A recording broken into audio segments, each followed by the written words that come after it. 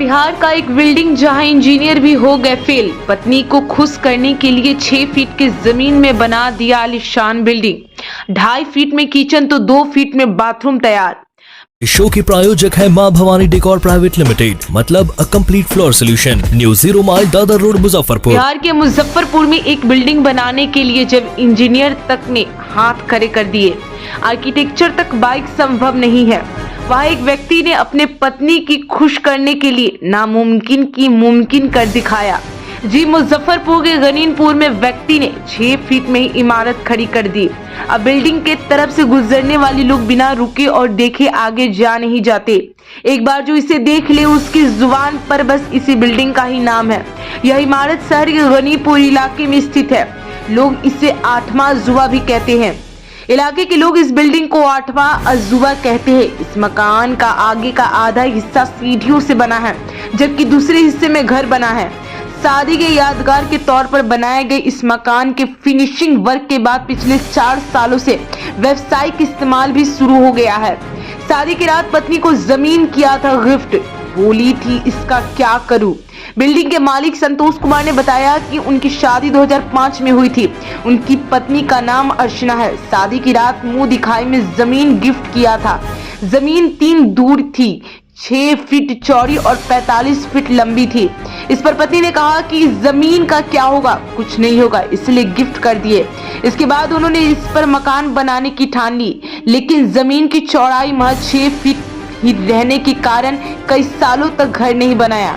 लोगों ने जमीन बेचने की भी सलाह दी, लेकिन शादी की यादगार वाली इस जमीन पर मकान बनाने की ठान ली थी। फिर इंजीनियर के पास गए, उन्होंने हाथ खड़े कर दिए।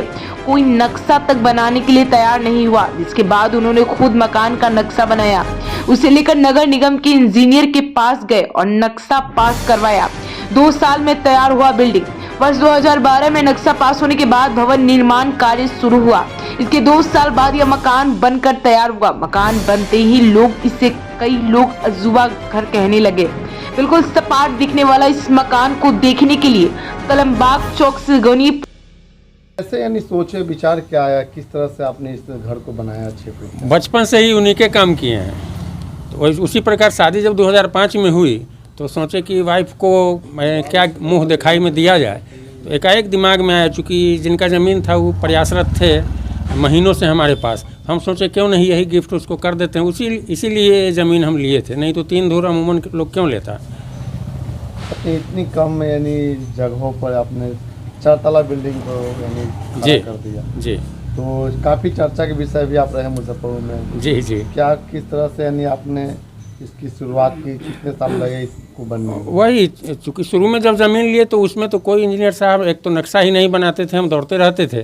फिर खुद दिमाग लगा के हमने एक नक्शा ड्राफ्ट किया और वह नक्शा लेके नगर निगम जब गए तो वहाँ इंजीनियर साहब लोगों को भी पसंद आया कि नहीं, कॉमर्शियल रूप में इसको पास किया जा सकता है। और नई बिल्डिंग बाइलॉज भी उस समय नहीं थी 2012 में, तो ये नक्शा पास हमारा हुआ। क्या क्या दिक्कतें आई थी इस घर को बनाने में? दिक्कतें एक तो पतला जगह पर एक मिस्त्री का समस्या कि जो आप बड़े घर बनाते हैं उसमें जितना कम समय लगेगा, जितना कम मजदूर लगेगा, उसके बनिस्पत इसमें काफ़ी समय लगा, पेंटिंग से लेके कंस्ट्रक्शन से लेके। दूसरी दिक्कत, जब पहला तल्ला ही निर्माण हो रहा था तो लोग सोच रहे थे कि क्या बना रहा है। फिर हमने उस पर 2nd तल्ला, 3rd तल्ला, 4th तल्ला जब ऐसे गया तो लोग समझते थे कि पागल है, ये तो घर गिर जाएगा। गिरने का तो उन लोगों को उस समय महसूस हुआ जब 2015 में जो भूकंप आई थी, उस समय पूरा बिहार हिल गया था।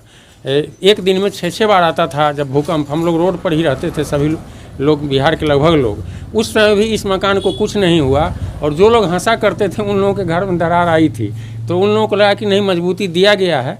और यही सब समस्या। क्या कितने साल लगे थे इसको बनाने में? टोटल बनाने में सर लगभग 1.5 साल लगे थे। 1.5 साल। क्या नाम हुआ? संतोष कुमार। क्या काम करते हैं? इंटरनेशनल सोशल वर्कर हैं सर।